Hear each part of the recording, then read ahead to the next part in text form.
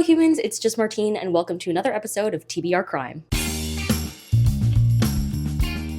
TBR CRIME is my TBR game. Every 2 months, my world-famous detective buddy Blake Pradera and I team up and attempt to solve a case by moving around a board and getting prompts before the 2-month time span is up. So this is the July and August round. If you're unfamiliar with this game or just want to see more episodes, you can check out my playlist here. Without further ado, let's get into the board. We are here for the 5th episode of TBR CRIME. I'm super excited for this round. No idea what is in store.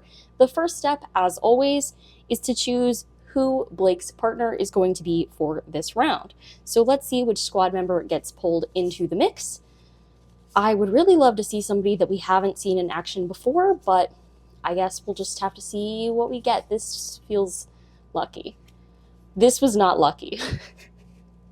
Okay, we have Captain Dubois joining us for this investigation, which is fine. His advantage is that he's a commanding officer, so he can pull one squad member into the case once per episode to use their advantage. I completely forgot to do this when I got the captain the last time. I think that was only in episode 3. But his disadvantage is that there's additional red tape, so after every drudgery prompt randomly placed, it has to immediately be followed by another.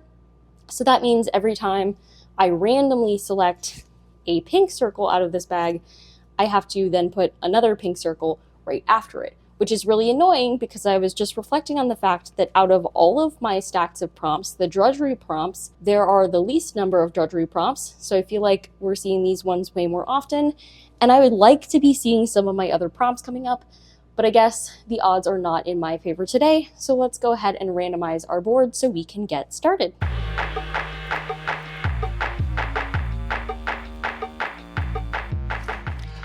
Okay, this is our board. Interestingly enough, after I had just complained about these pink circles, I only randomly drew them out twice. So I'll take that, but watch me land on like every single one. Now that the board is ready, we have our partner ready for the case. Blake is ready to go. So we're up for roll number 1. Let's see what we get. A 3. 1, 2, 3. Okay, we're immediately going to go undercover and read a book with an author from a different country. So the book doesn't have to be set in a different country, but the author has to be from a different country. That's, that's interesting. When I pulled this prompt to read an author from a different country, I immediately knew that this could work in my favor for a very specific reason. I made a rule for myself wherein the Dollar Tree that is closest to my apartment, I'm only allowed to buy a book from that Dollar Tree if I've read the previous book. There will be no growing backlog coming from that Dollar Tree. My Dollar Tree's from home, different story, but that one book at a time. And I think it's been well over a year since I purchased Surrender by Ray Lariga. This is a translated work because the author is from Spain. So when I got this prompt, I realized this is my moment. So I ended up reading this book and I'm giving it 3.5 stars. This is a futuristic dystopian book. We're following the father of this one family. His 2 sons are off as soldiers in the war. He and his wife are living together. All of a sudden, this one day, this little boy shows up and they take him in. And then pretty soon thereafter, they're told, hey, you're going to need to burn down your house and move to this transparent city. That's how it is now. So they make the trek to this transparent city and things kind of go from there. Although some of the things that are important to the story happen on the trek to the transparent city, but nevertheless, the point is they get to this city and things get a little bit wacky, as dystopian books tend to. I feel like the writing was a bit flat in here, and I can't tell if that was purposeful because there was a mind-altering substance going on with the main character, or if it was a matter of translation, which it could have been, or if that's just how it is, couldn't tell. And I also felt like this was not necessarily as original as I wanted it to feel. There were some aspects of this that made me think a lot of Brave New World, mainly the mind-altering substances part of it. But then also the city almost had the vibe of this one book I read a couple years ago. I got an arc of it, even though that city was not transparent at all, but I don't know, like enclosed cities, that's what came to mind. Even though I've read lots and lots of books with that premise, that's a premise that I think I gravitate towards a lot. I guess, I don't even know how I felt about this. It was just, I kind of read it and I thought there were like interesting discussions about what happens when certain people win a war and like how we're defining good guys and bad guys and how we let society tell us what a good life looks like, but it just didn't resonate or hit exactly in the way that I wanted it to. So it is what it is, 3.5 stars, and I get 2 points, and even bigger than those 2 points, now whenever I next go to my Dollar Tree by my apartment, if I see a book I want, I can get it. Roll number 2. A 5. 1, 2, 3, 4, 5. Another blue prompt. Taking all the actions. We're going to examine the scene, and for plus 3 cool points, we're going to read a book with a crime-related word in the title. I like that prompt. I examined this scene by reading the Snowdonia killings, because I feel like killing is a crime-related word. That is a crime. Killing people is a crime. And I'm giving this book 3 stars. I feel like the first half of this book was more like a 4 stars for me, and the second half was more like a 2 stars-ish. Because in the first half, we're following this detective. She's worked in London, I think, for her entire career, and she's decided she kind of wants to have a lighter time of it, and she's going to go move to Wales and be a police officer there. But as soon as she gets there, she is put in charge of a murder investigation because a murder occurs that is not common for that area. They're like, here, you take care of it until we get somebody else in here to take charge of this from like another place, because none of our people are experienced with murder investigations. So she's put in charge. She's mainly paired up with this dude. I think his name is Nick. He's definitely got substance abuse problems, and he's just kind of struggling in general, but the two of them are trying to solve this crime, and it goes from there. I think some of the things that I didn't like about the second half, one, the autism representation at one point was weird and I didn't like it. That's to note. I also feel like we had so many loose threads that never got tied up. Like, they had so many people they were looking at for the crime, and I feel like we never got answers about some of the weird things that people were doing that made them suspicious. So that was annoying, but overall, it was a crime book. Like, it was a pretty normal time. Roll number 3. Okay, that's a 1. So not much forward movement, but that's okay. We have a setback. We have reached a dead end, and we are going to have to read a book that was published between 2000 and 2009. Time to backtrack a little bit. Okay, let's do this. We reached a dead end, but that's okay. We just have to read a book published between 2000 and 2009 to move past this dead end and get on a new track. So I read Imperium by Robert Harris, which was published in 2006, and I'm giving it 4.5 stars, which I absolutely did not anticipate. You would be wondering, why do I own this book when I didn't think I would love it? I don't know what to tell you. I do not know what to tell you. I just know that I haven't read a book like it, and I often find that to be an intriguing thing about a book. If I haven't read anything like it, odds are I will want to try it. And this is a historical fiction book, pretty common, right? But this one takes place in ancient Rome, and it's based off of real people and real events. Mainly we're following some of the dealings of Cicero as he's a senator and then like gets up higher and higher in the government. This is told from the perspective of his slave and confidential secretary, Tiro, who actually created shorthand, including the ampersand, like the and symbol. Super cool. We're following Tiro's perspective as he's like involved in all of these things that Cicero is doing throughout the rise of his career. We only go so far in Cicero's life in this. Like, by the end of this book, spoilers for history, Rome is not yet ruled by a dictator or an emperor. It is still a republic by the end of this book. But in some ways, I think that's really effective because knowing history, which I only know because I was so interested in this book that I then looked it up, but when you know history, you look forward at the end of this, it's kind of eerie that it ends on a happy note. I just have lots and lots of thoughts about this and how it applies to the here and the now, because a lot of what Cicero is going through is like there are lots of really corrupt officials and people are buying votes and people are trying to take more power than the Republic has ever given them. And you can see the beginnings of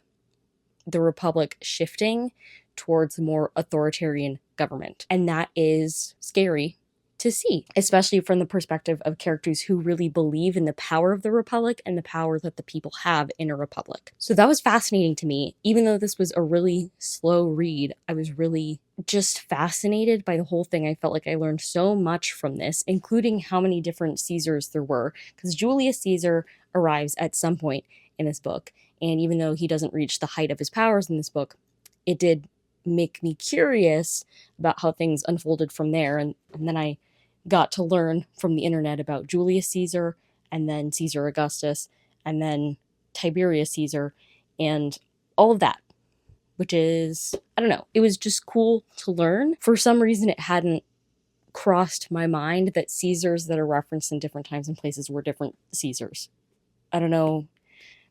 That's just not something that I thought of. I always am a little baffled by timeline whenever I think about the history of things. I honestly didn't know that much about ancient Rome, especially in its days as a republic. I feel like most of the things I know about Rome were from the time when there were emperors, but also I think that's just a testament to the fact that I really didn't know much about ancient Rome, because I don't think I know that much about Rome from the time of emperors. So I don't know, it was really cool to learn all those things, and I also felt like the writing in this was really good, and I found it so fascinating that we were following Tiro's perspective on everything, because he basically heard everything that was going on, and he had a deep fondness for Cicero because they grew up together, but at the same time Cicero was the politician and Tiro was his slave. Tiro didn't have freedom in these situations in the same way that Cicero did. And then there was also the juxtaposition that you had of the fight for freedom and maintaining the freedom of the people in the Republic in a story told from the perspective of a slave. That was just so mind-boggling. And it was you were seeing this character in Cicero who was this isn't right, and yet he had a slave. And so it was just I don't know, there was so much happening in here, and I feel like I could talk about it for days and days and still land upon things that I need to unpack. It was just fascinating in a way that I was not expecting it to be. And it also had some courtroom drama, which I've mentioned before. I love some courtroom drama because Cicero, he was involved in the courts a lot. I mean, he prosecutes a case in this book, a huge case. It was fascinating to see all the decisions that he made in prosecuting that, and also to compare what the courts were like then versus now. And it was also interesting to see him be a prosecutor because he was largely acting in a defense capacity in other cases. So yeah, there was just so much in this book, and I am baffled and mind blown that I loved it so much, but I did. And so it's a good thing we ran into this dead end, because without it, I wouldn't have read this book. So much to think about. Okay, back to the board. Time for roll 4. Following that setback, hopefully we are on track to move one whole space. I spoke too soon. Time for another setback. Okay, they're getting away. I don't know who's getting away, but whoever they are, they're getting away. It's chase time. So for +3 points, I need to read an author's most recent release. I have some ideas in mind for this. The suspect is getting away, so we're going to chase them by reading an author's most recent release, because the way that publishing is nowadays, I feel like it is a chase to keep up with what authors are churning out. So anyway, for this one, I read Sunrise on the Reaping by Suzanne Collins, which is the new Hunger Games prequel, and I ended up giving it 5 stars, which was kind of unexpected for me, because as much as I love the first 2 books in the original trilogy, The Ballad of Songbirds and Snakes did not hit for me.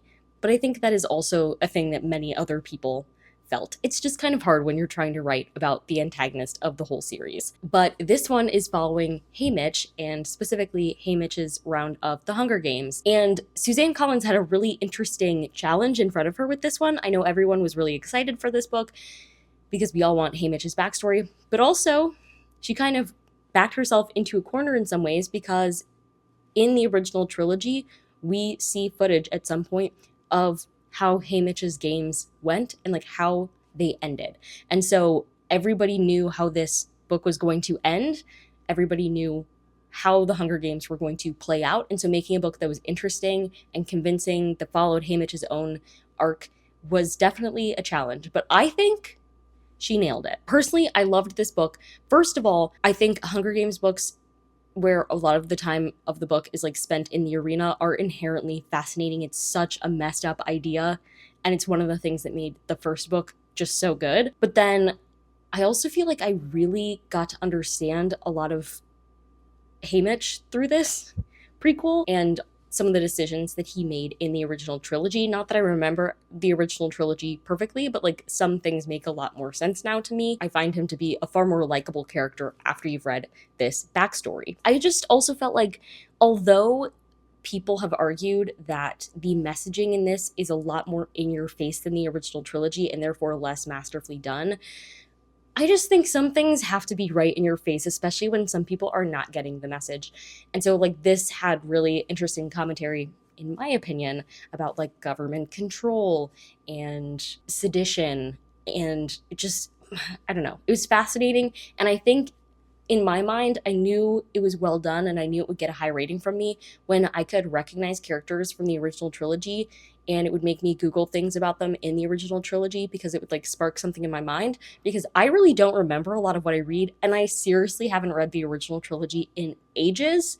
So when something would spark a question for me and I would go looking in the synopses of the original trilogies and stuff and all of that to find different people, like I just knew it was well done, in my opinion. Like I was super excited to read it. There were a couple of twists that were really exciting for me. I did gasp at one point. I just had a really good time reading it, and that's all there is to it, really. A 5-star book is just a book you really had a good time reading. I feel like it made me think. Like I'm still thinking about it even now, even though I finished a little while ago, like trying to parse everything that happened in this. I love the acts of sedition in this one, and I felt like we saw so much more of the beginning of the revolution, because I think in the original trilogy it's easy to mistake the things that happen for like, oh, they're just happening now. And this is just such a good way of showing like, here's how things build over time, and here's hard work that people do early on that leads to bigger outcomes later. I don't know, I just like thinking about that stuff and like the things that have to happen now for change later. So in that way, I really liked this book. That's Suzanne Collins' most recent release. Done. 3 points to me and Blake. Roll number 5. 1. Well, the good news is we've gotten a clue. And that's that a stolen object resurfaces. So for plus 1 point, not a whole lot there, I'm going to read a series continuation. I really made a poor decision on this one. For this stolen object to resurface, I had to read a series continuation, which shouldn't be bad. I forgot that I was getting a measly 1 point for this, and I decided to read a 900-page book. Why? Okay, so anyway, but I did it. I read Fool's Fate by Robin Hobb, which is the 3rd book in the Tawny Man trilogy, which is the 3rd trilogy in the realm of the Elderlings. I've talked to you about this in TBR Crime before. The last time I was reporting on a Tawny Man book during TBR Crime, it was with the exciting news that I gave my first ever Robin Hobb 5 stars. Unfortunately, it's going to stay the only 5 stars right now because I gave Fool's Fate 4.5 stars. Not to be pedantic. I do feel really bad about this though, because there's one chapter in this book, chapter 28. I don't think I've cried that hard at a book ever for that long, because it was just a whole chapter of me sobbing. Look at it. Look at me.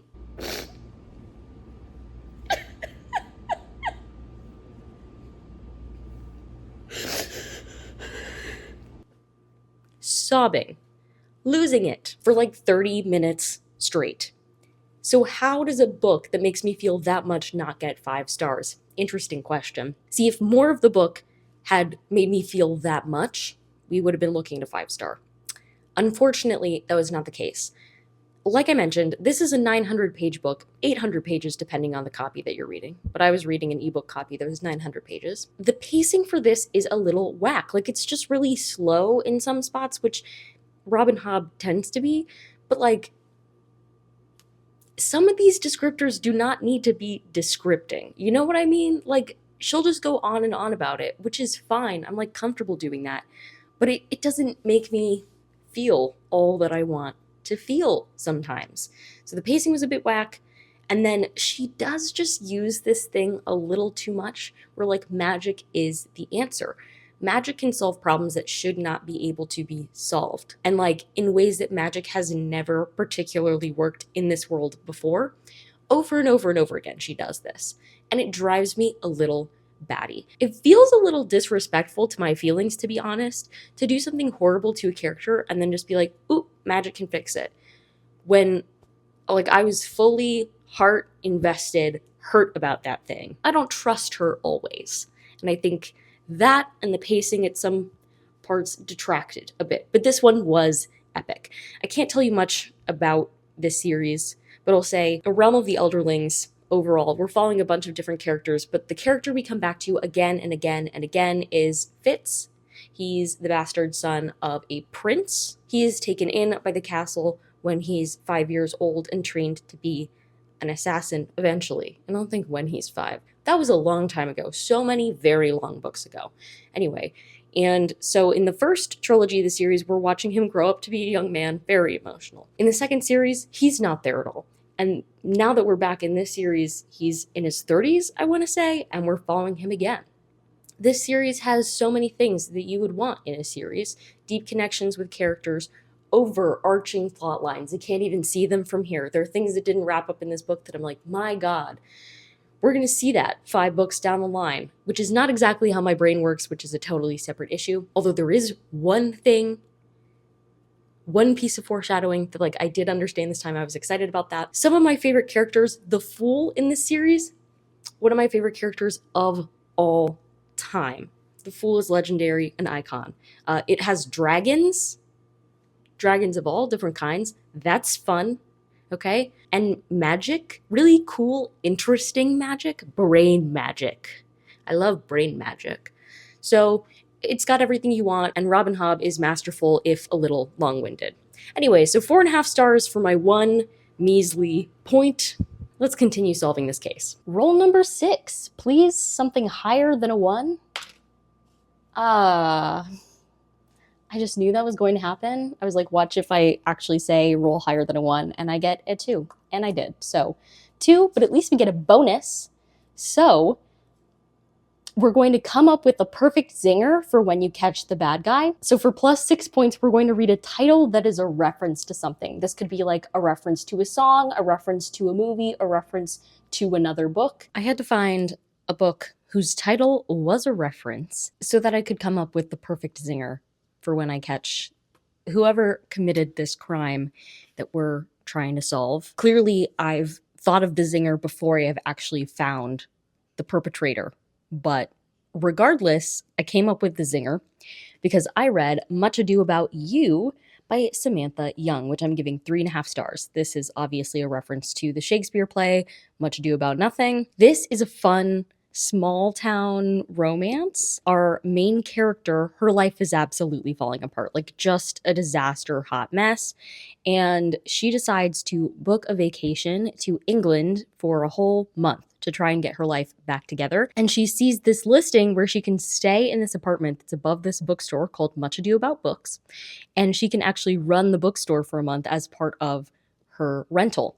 And so she hops on that and she moves out for a month to take care of this bookstore and be in this small town and just kind of figure herself out.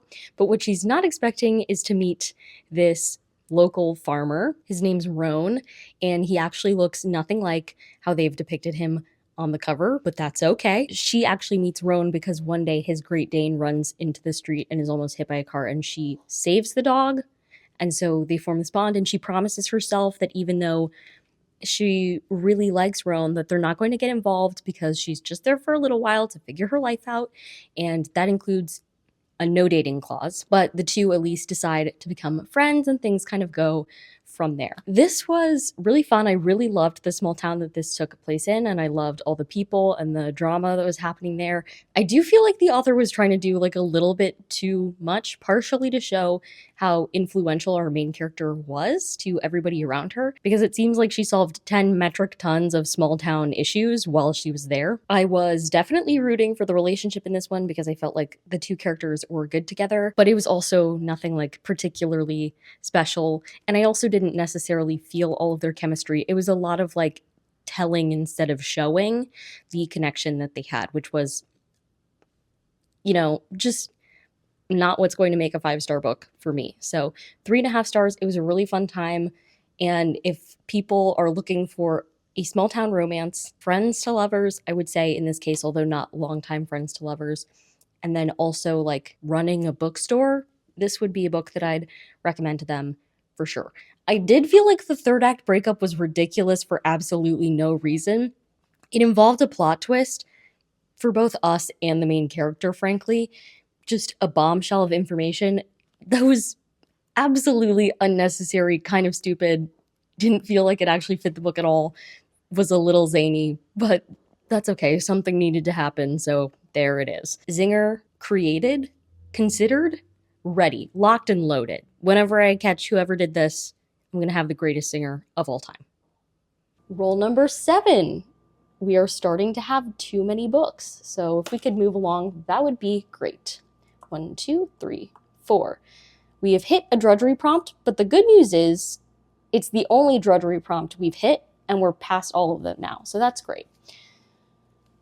We're going to collect some crime statistics, and for +3 cool points, we're going to read a book with a number in the title. To look at those crime statistics, I needed a book with a number in the title, so I read How I Magically Messed Up My Life in 4 freaking days. I got this book directly from the author when I went to a book fair several months ago, and so I'm excited that I finally got a chance to pick it up for this.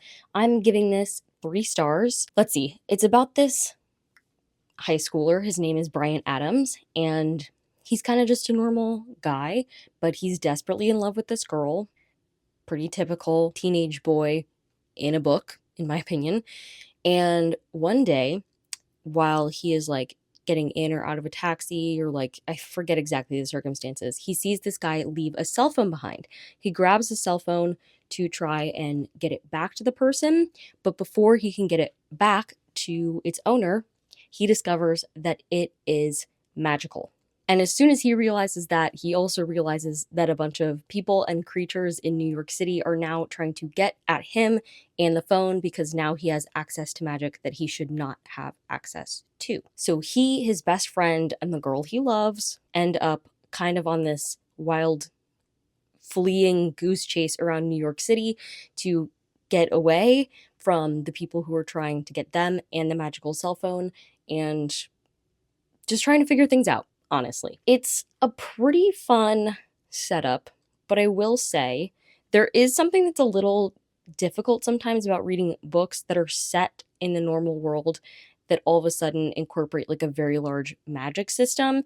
I feel like we got very few answers about magic in the context of this world, and it just left it feeling a little clunky at times. I understand that our main character also had no idea what was happening, and that this, I think, is the first book in a series, so maybe we would find out more later. But honestly, it just left me wanting more information and a little more world building about like where the magic came from, how different people are able to use it, and things like that. We got some information, but again, I could have used more. There were also just like the characters didn't feel fully fleshed out to me. They felt a little flat. For instance, the love interest in this book, what was her purpose? Like, I guess she had one thing plot-wise going for her, but she was kind of just a random girl. And our main character, I also feel like there was nothing particularly interesting about following his perspective. His best friend was kind of a playboy, like flirted with everybody, but that was really his only personality trait. And so I just wanted like a bit more out of the characters and the world building than I actually got. But I did have a fun time reading this, and even more importantly, I got 3 cool points. Rule number 8. We're cruising now. Okay. I need to stop jinxing myself this episode. What's our bonus? We're going to create the perfect backstory and add a doubling bonus to a past prompt. Now I have to decide which past prompt I'm doubling right now. So looking back at my prompts, I think the obvious answer is going to be that plus 6 points one. Yeah, this one, I'm going to double this one. So this is no longer worth 6 points. Instead, I got 12. Hooray. That was not bad because I didn't get another book. But again, let's stop rolling ones. Roll number 9. I'm... okay. Another setback? That's fine. We're fine. It's fine. All is well. Major Crimes tries to steal my case, so I have to read a play. You know what? This could be worse. We're getting kind of a lot of prompts now, so a play is a quick read. So I'll take it. I honestly didn't know what to do about this. I feel like I'm immediately running out of ideas of like what plays there are to read in the world. I just don't know my options, really. So anyway, I decided to pick a really random one that's pretty well acclaimed. I'd actually never heard of it before. It's called A Doll's House, and it's about this woman who is keeping financial secrets from her husband that basically she borrowed some money, and we're just kind of following them for like 2 days as we see how their dynamic plays out and their dynamic with like their friends plays out, and we kind of get this picture of what their home life is like. And I'm giving it 3 stars. It was okay. It was a fast read, that's for sure. But I'm not sure that I felt any connection to the characters. Like, I'm not sure I related to them in any way, or like that I was given the chance to be able to relate to them in very many ways, which maybe is not fair because there were a lot of moments where there was a character who was alone on stage, mainly the main female character. She was alone on stage a lot, just kind of freaking out. But it felt like the ending came out of nowhere. Like, it didn't feel like a natural progression. And I guess she kind of tried to explain her decision at the end there, but like, I don't know. It was just a little... like, we were plodding along and then something huge happened that felt like it came out of nowhere. And I didn't really care about it happening either. Like, I didn't care about what happened to the characters. I was interested to see how they resolved certain things, but I didn't have much skin in the game, as it were. So yeah, 3 stars, perfectly pleasant read. I read it on my bus ride back here, and it was fast. Sometimes that's what you need. I got 3 points for doing that. We're moving on to the next one. Roll number 10. Is this the most rolls we've ever had in an episode so far? Oh, I wish I could make this up. We're going to gasp to force an epiphany. We need one right now. So we're going to read an anti-recommendation, so a book that is not recommended for me. And I get double the points if I end up rating it more than 3.5 stars. So basically a book people think I won't like, but I can get double the points if I end up actually liking it. That's not terrible. And a base of 6 points isn't bad anyway. So there you have it. This prompt actually goes crazy because finding a book that somebody says to me, like, don't read this, but that I have a chance of liking to get double the points, it's oddly specific. And yet, when I pulled this card, I knew exactly what book I had to read for this. Because a couple of months ago, one of my besties, Danielle, said, I hate this book. And I said, I have to read that.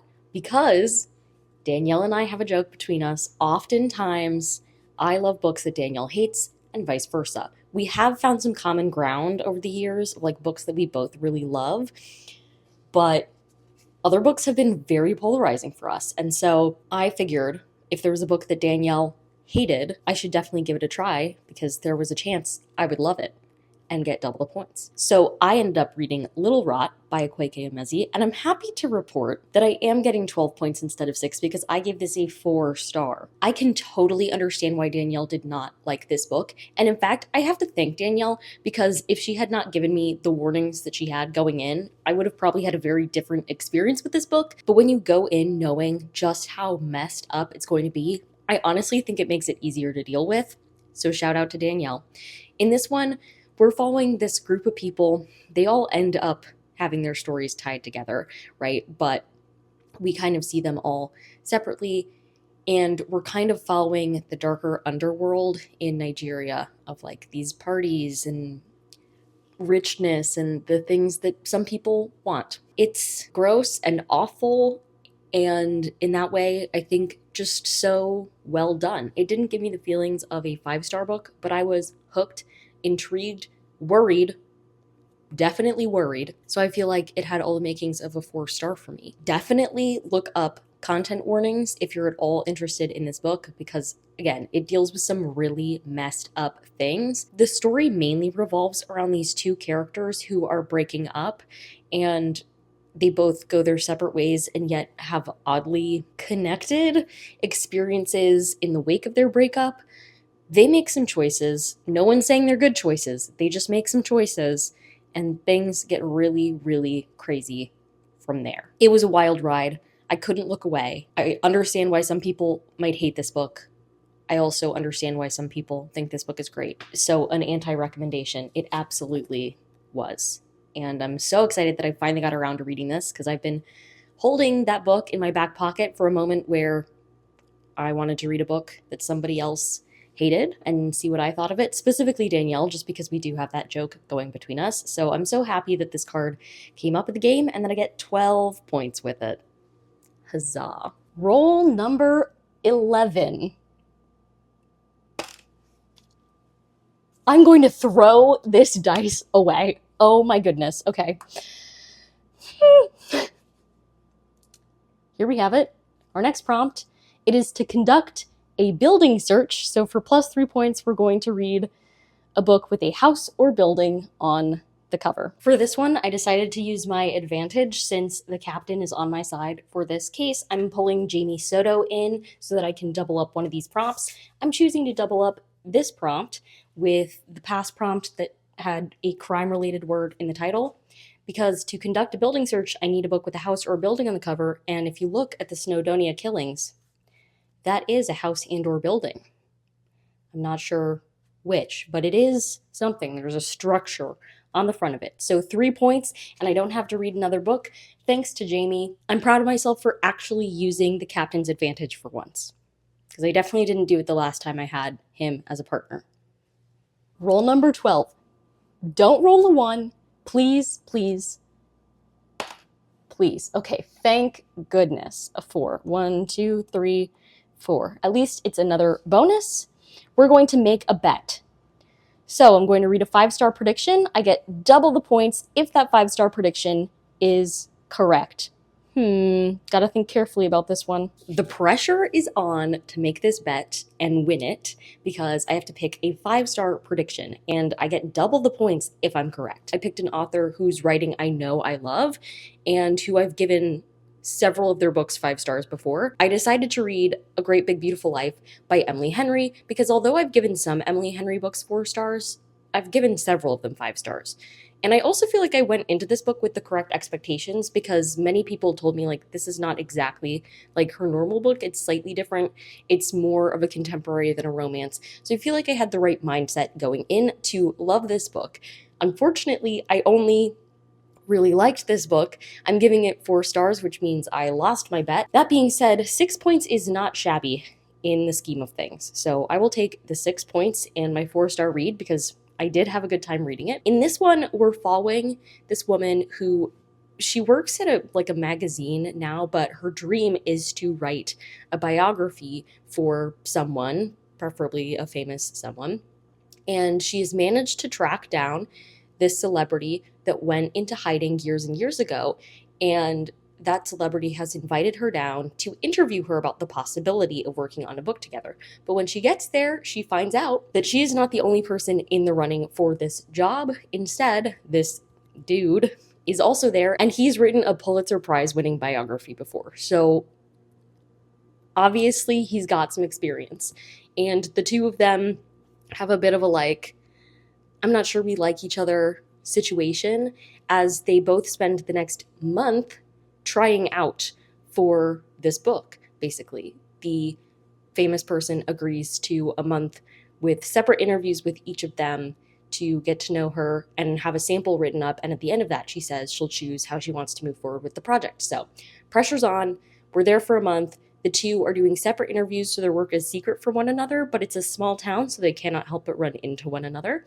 And I would definitely say this book is more about the story that they are getting from the person they have gone to interview than it is about their relationship, even though there is a little something something there. So people have compared it to like The Seven Husbands of Evelyn Hugo, and I can see why they would draw that comparison. It didn't not remind me of that book, but it also just felt so different. I was compelled by both storylines, both the romance between our main character and this other writer, and also the story we were getting in flashbacks about this famous person's life. She'd basically come from a family who was just kind of famous in the tabloids. There was always a lot of drama around them. So we got to learn what her life in the spotlight was like and all the things that people like never knew about them. That was pretty fascinating. It wasn't emotional enough for me to give it a 5 stars. But what I would say is that I also didn't give 5 stars to The Seven Husbands of Evelyn Hugo, and a lot of people have. 4 stars it is. Lost my bet, but that's all okay. We'll get them next time, and we still get 6 points from it, so huzzah. Roll number 13, let's please be the last roll. How about that? Oh, thank goodness. Case closed. And just like that, we have solved another case. I say that as if I have not been reading furiously the past couple weeks to make sure that I finished on time so that this does not become a cold case. 10 books, eep. It's been a big one. Stacking up my cool points from this episode, now I did not win on my bet, but my anti-recommendation worked out in my favor. So in total, I earned 51 cool points this episode, which is actually the most cool points I've ever accrued in a single episode so far. It also brings my total of cool points up to 179, and I'm starting to have an idea about how I'm going to use those cool points and what mechanic they're going to have in the game moving forward. It's not finalized yet, but I am just saying I've got ideas. So that's exciting. But with that, I'm going to end this video. If you liked it, go ahead and give it a big thumbs up and comment down below what was your favorite prompt from this episode, and subscribe for more bookish and college lifestyle content. And until next time, bye humans, bye!